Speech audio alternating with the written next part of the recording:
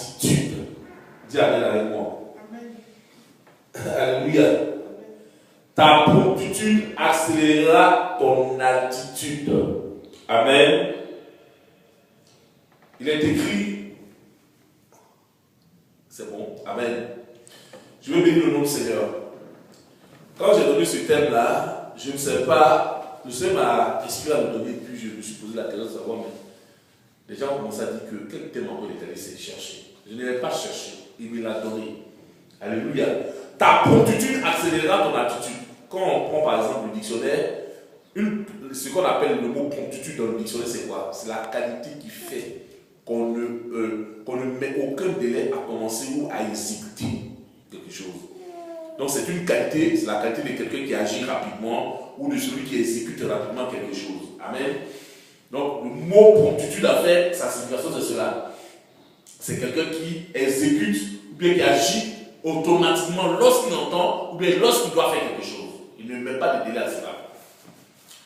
Donc, ce qui appelle aussi à l'obéissance. Maintenant, nous allons voir la définition biblique. Quand nous allons dans le livre de Jean, chapitre 11, verset 28, au verset 30, il est écrit ceci. Ayant ainsi parlé, elle s'en alla, puis elle appela secrètement Marie, sa sœur, et lui dit, le maître est ici.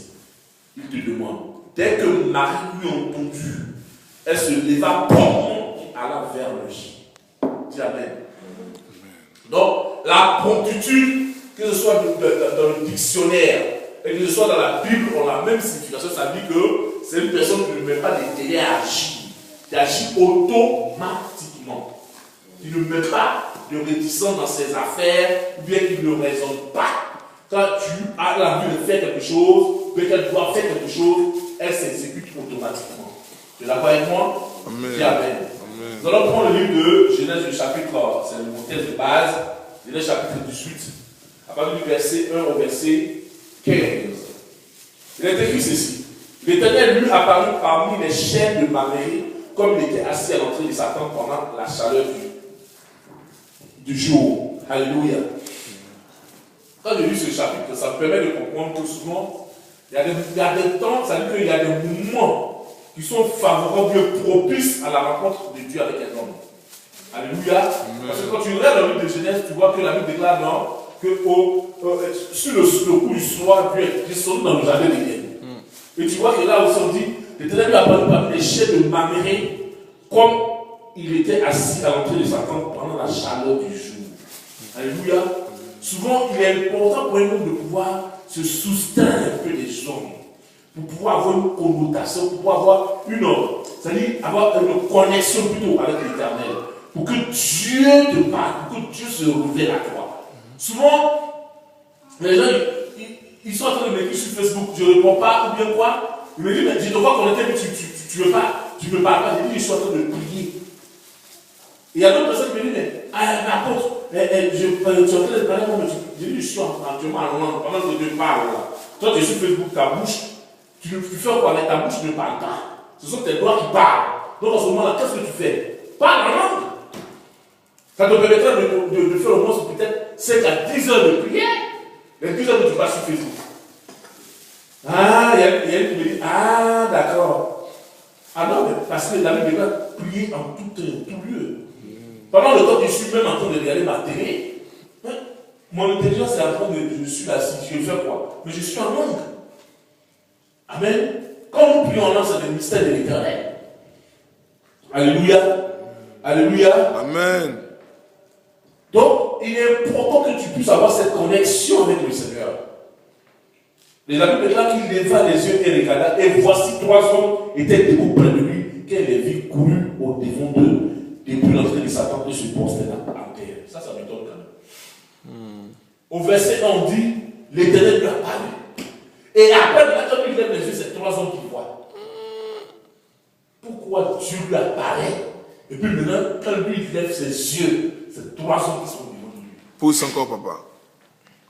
Dieu permet que tu saches que quand lui il veut te parler, quand Dieu veut se révéler à toi, il viendra de lui-même. Il va te dire ce qu'il a envie de te dire. Mais quand Dieu veut agir, il va te faire comprendre qu'il viendra au complet. Parce que Dieu n'agit jamais seul. Il agit toujours en toi. Donc Dieu permet que là, Abraham voit les trois facettes de l'éternel. C'est-à-dire Dieu le Père, Dieu le Fils, Dieu le Saint-Esprit. Parce que là, Abraham a levé ses yeux. La Bible dit qu'il leva les yeux.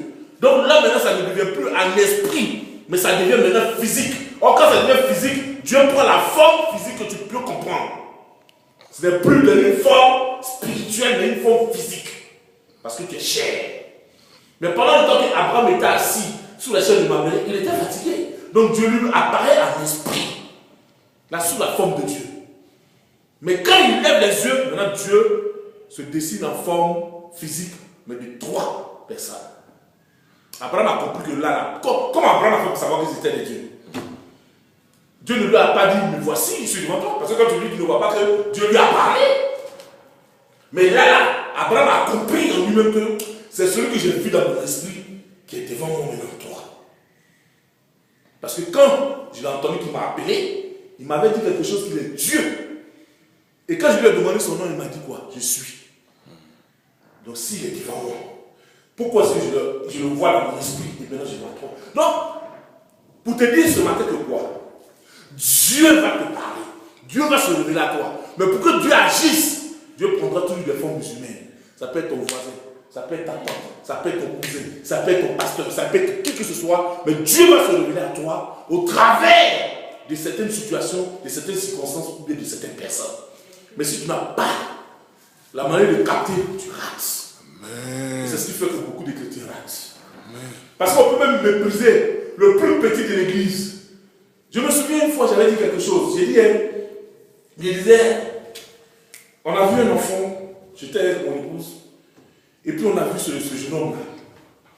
Et c'était un jeune homme que les gens méprisent beaucoup dans son église.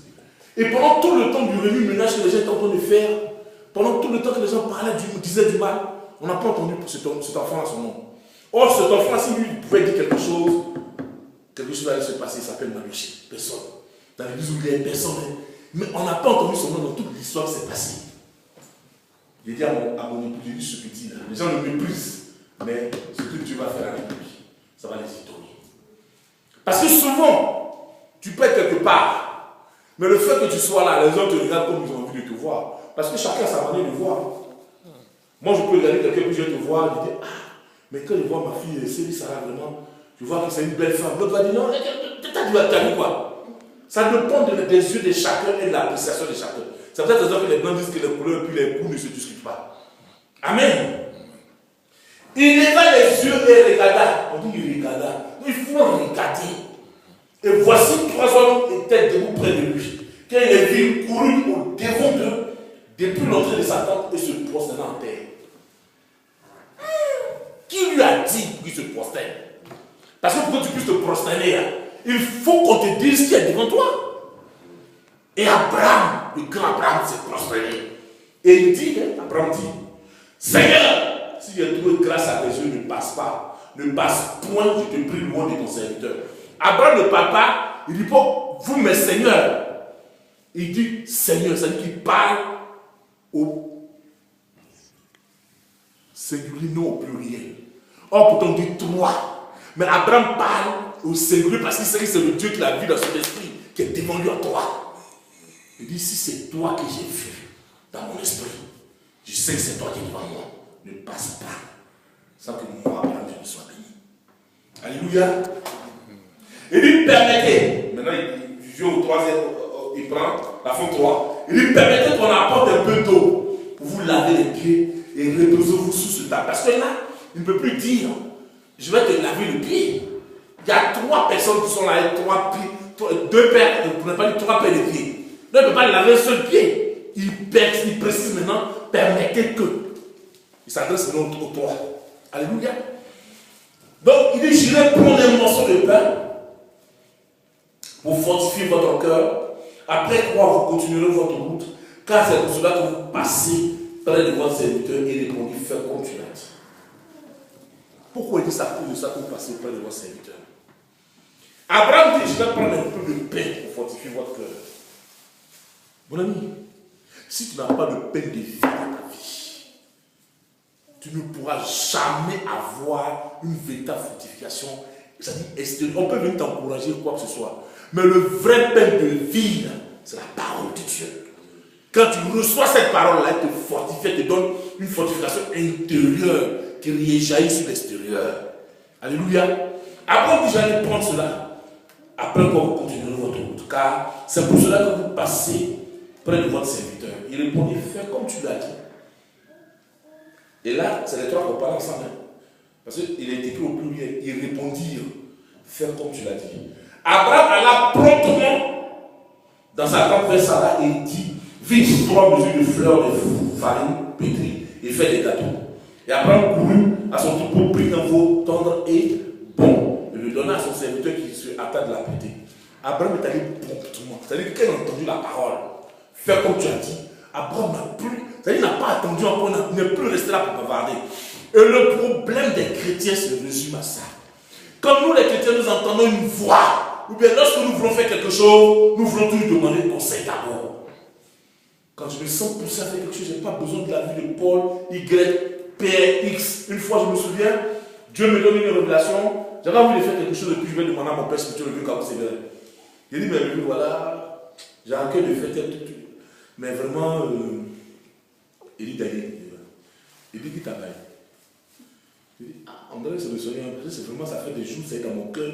Il dit, tu es venu me provoquer ou bien moi. Ce que tu as envie de faire, fais-le. Pourquoi c'est moi tu veux me mettre dans ce problème-là? Tu dis, tu as reçu. Vas-y. Depuis ce jour-là, quand je sens que je dois faire quelque chose, je ne demande plus. Parce que la Bible dit que le vouloir et le pouvoir est produit en nous par l'Éternel. Si je me sens poussé à faire quelque chose, pourquoi est-ce que forcément il me faut demander conseil? Quand je sais que c'est quelque chose qui ne peut pas nuire à quelqu'un, je ne vais pas pour tuer. Mais c'est pour un acte, pour la gloire de Dieu. Alléluia. Souvent on peut demander conseil dans certaines choses, mais dans ces choses précises-là, on n'en a pas besoin. Alléluia. Donc c'est important pour qu'un enfant de Dieu que tu sois, arrête de demander toujours conseil lorsque Dieu se révèle à toi. Il y a l'une de mes filles qui m'appelle un jour qui me dit non, voilà, Dieu m'a montré ça, Dieu m'a montré ça, Dieu m'a montré ça. Je dis ah, c'est bien. La mère qui me dit que Dieu lui a montré, mais elle ne veut pas exécuter ce que Dieu lui dit. Tout ce que Dieu t'a montré, tu ne veux pas exécuter. Et puis que c'est comme ça, après l'appel, voilà encore ce qui se passe. Quand c'est comme ça, moi j'écoute d'une oreille distraite. Parce que la situation que tu vis, Dieu t'a déjà montré et il t'a montré la porte de sortie. Si tu ne veux pas la choisir, Dieu ne descendra pas pour venir résoudre ça pour toi. Parce qu'il t'a fait Dieu sur terre pour toi-même ta propre vie. Alléluia. Et alors il dit, où est Sarah ta femme? Non, j'ai sauté. Il prit encore de la crème et du lait avec le veau qu'on avait apprêté, il est mis devant eux. Il s'était lui-même à leur côté sous l'arbre et il mangeait. Vous savez, souvent, quand nous venons à l'église, les chrétiens passent trop de temps dans la distraction. Quand tu viens à l'église, pourquoi je suis venu à l'église? Aujourd'hui, regardez ce temps de pluie, mais regardez comment vous êtes venus. Les gens pouvaient dire non, on ne peut pas venir, je suis fatigué, elle est venue de mauvais, ça va venir de bon. Donc, ça veut dire que chacun a pu se déplacer pour venir à ce culte-là. Mais la manière dont tu es venu, tu n'es pas venu pour juste honorer ou bien, comment on appelle ça, essuyer ces chaises-là. Parce que chez toi à la maison, je pense que c'est plus joli qu'ici. Alléluia. Donc tu es venu pour recevoir quelque chose. Et souvent les chrétiens, quand nous rentrons dans les églises, nous aimons avoir des groupes. C'est ces groupes-là qui nous tuent. Ces personnes qui sont déjà, tellement qu'ils sont au courant de tous les messages du pasteur, tellement qu'ils ont connu déjà le pasteur, tellement qu'ils l'ont fréquenté, que plus rien maintenant ne peut leur plaire. Mais toi qui viens d'arriver, tu ne connais pas encore le pasteur. Peut-être c'est ce jour-là que Dieu va te rencontrer avec le pasteur. Abraham ne s'est pas détaché. Quand il a apporté la nourriture qu'il était en train de manger, il est resté auprès d'eux. C'est là que la parole va sortir. Et alors il dit à Abraham, lui dire, où est Sarah ta femme? Il répondit, elle est là dans la tente. Sarah n'était pas à côté. Elle était dans la tente. À la place de la femme, elle était là-bas. L'un d'entre eux dit, je reviendrai vers toi à cette même époque, et voici Sarah ta femme aura un fils. Et Sarah écoutait à l'entrée de la tente qui était derrière lui. Abraham et Sarah étaient vieux, avancés en âge. Et Sarah ne pouvait plus espérer avoir des enfants. Elle est mise en elle-même en disant, maintenant que je suis vieille, aurais-je encore des désirs? Mon Seigneur aussi est vieux. l'Éternel dit à Abraham. Là, ce n'était plus maintenant un des trois qui parlait. On dit l'Éternel, c'est-à-dire que les trois, c'est-à-dire que celui qui est le suprême dit. L'Éternel dit à Abraham, pourquoi donc Sarah a-t-elle dit en disant, est-ce que vraiment j'aurai un enfant? Moi, je suis vieille. Y a-t-il rien qui soit étonnant de la part de l'Éternel? Au temps fixé, je reviendrai vers toi à cette même époque et Sarah aura un fils. Mais pourquoi ça en ce moment l'Éternel parle? Parce que Dieu, rien n'est au-dessus de lui, sauf sa parole qui est lui-même.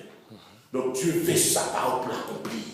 Et comme il avait fait une promesse à Abraham, pour lui dire que tu aurais une descendance. Mais depuis le temps jusqu'à il ne voyait rien.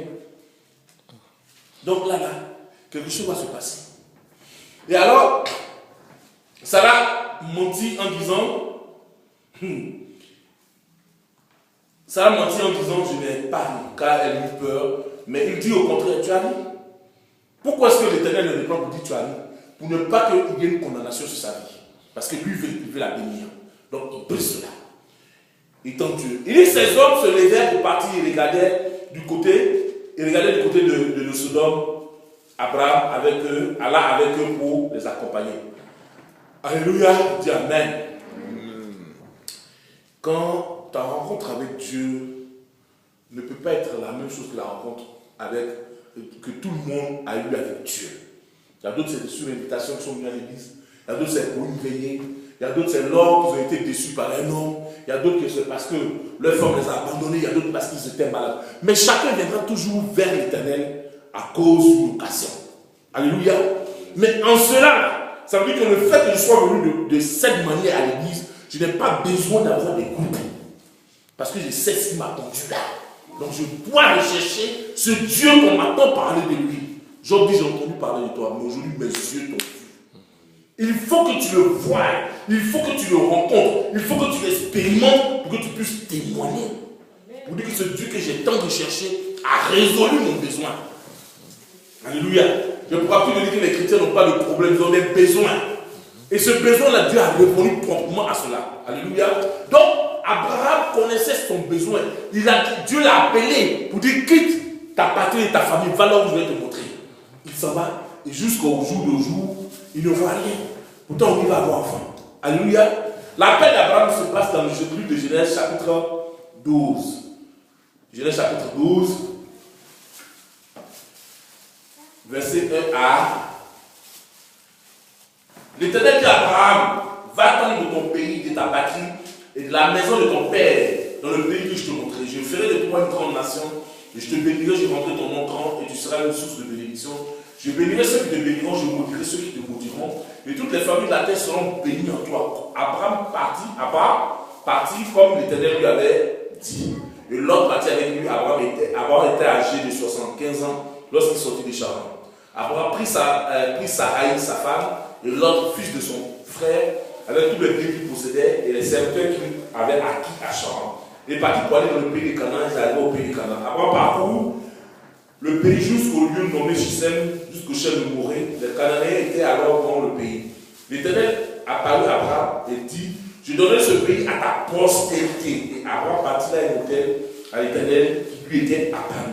Il se transporta de là vers la montagne à l'orient de Bethel. Il dressa ses tentes ayant Bethel à l'occident et Aïe à l'orient. Il bâtit encore là un hôtel à l'Éternel et il invoqua le nom de l'Éternel. Abraham continua ses marches et s'avança vers le midi. Il y eut une famille dans le pays. Abraham descendu en Égypte pour y séjourner car la famille était grande dans le pays. Comme il était prêt d'entrer en Égypte, il dit à Sarai, sa femme, voici je sais que tu es une belle femme, une femme belle de figure. Quand les Égyptiens te verront, ils diront, ça, c'est sa femme et ils te tueront, ils te laisseront la vie. Amen. L'appel d'Abraham, lorsqu'il a entendu l'appel s'est basé sur une promesse avec Dieu. Dieu lui dit, je ferai de toi un grand. Ton nom sera grand, ta postérité.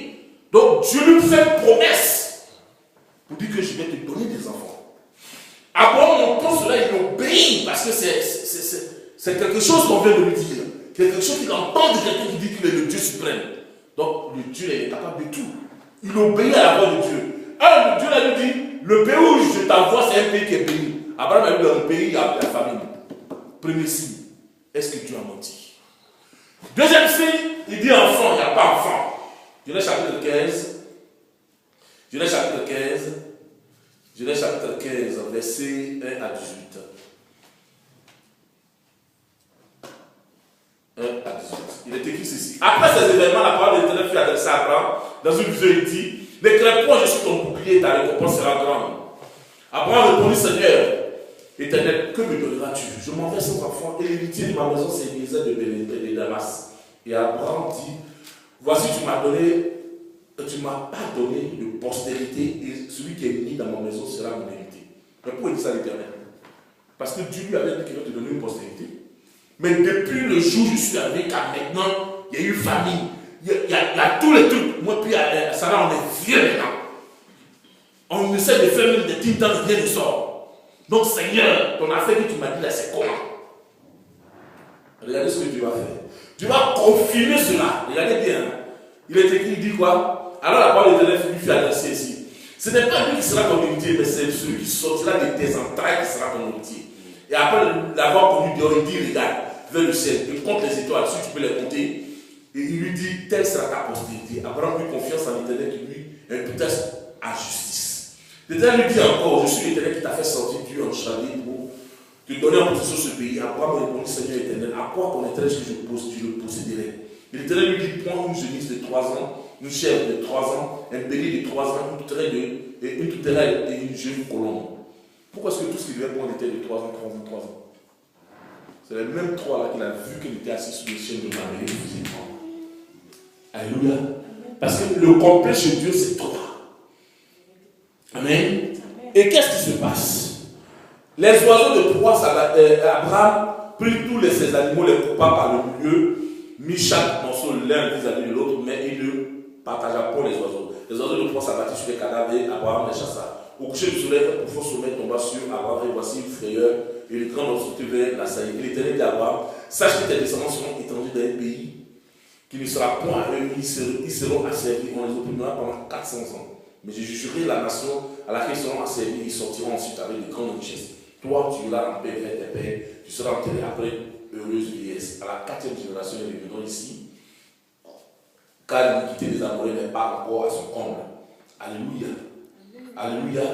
Quand le soleil fut couché, il y eut une obscurité profonde, et voici, ce fut une fournaise fumante, et des flammes passèrent entre les animaux partagés. Et ce jour-là, l'Éternel fit alliance avec Abraham. Donc Dieu confirme maintenant la promesse qu'il a faite à Abraham par une alliance. Mais tu as confirmé par alliance là. Mais pourquoi il n'y a pas d'accomplissement? Alléluia. Et souvent, quand nous sommes dans les églises, ça dit que on nous parle d'alliance, mais on ne précise pas. On ne nous explique pas. Parce que Dieu l'a dans un processus. C'est pas parce que Dieu t'a fait une promesse qu'il est obligé d'accomplir la promesse. La promesse l'engage, certes, mais Dieu a le temps de la promesse avec lui. Il t'a fait la promesse, mais il ne va pas l'accomplir. Ce que je veux dire, il ne va pas l'accomplir selon toi ton temps, mais selon lui son temps.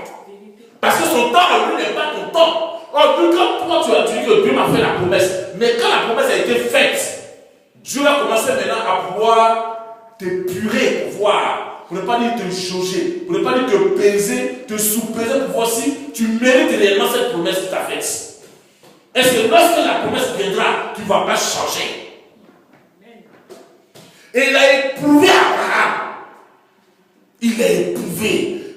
Je te dis, va là où le lait, le miel coule. Tu arrives là-bas, c'est famille. Abraham met dedans pour rentrer en Égypte. Quand il arrive en Égypte, il dit à Sarah. Oh, il a dit à Sarah que c'est Dieu qui lui a parlé pour son sur la terre. Sarah, où va arriver la faute aux gens que tu es ma soeur. C'est-à-dire que Sarah ne devait même plus croire à Abraham. Tu comprends pourquoi elle lui a donné femme là. Tu vas me vendre aux gens pour dire que non, je suis ta soeur.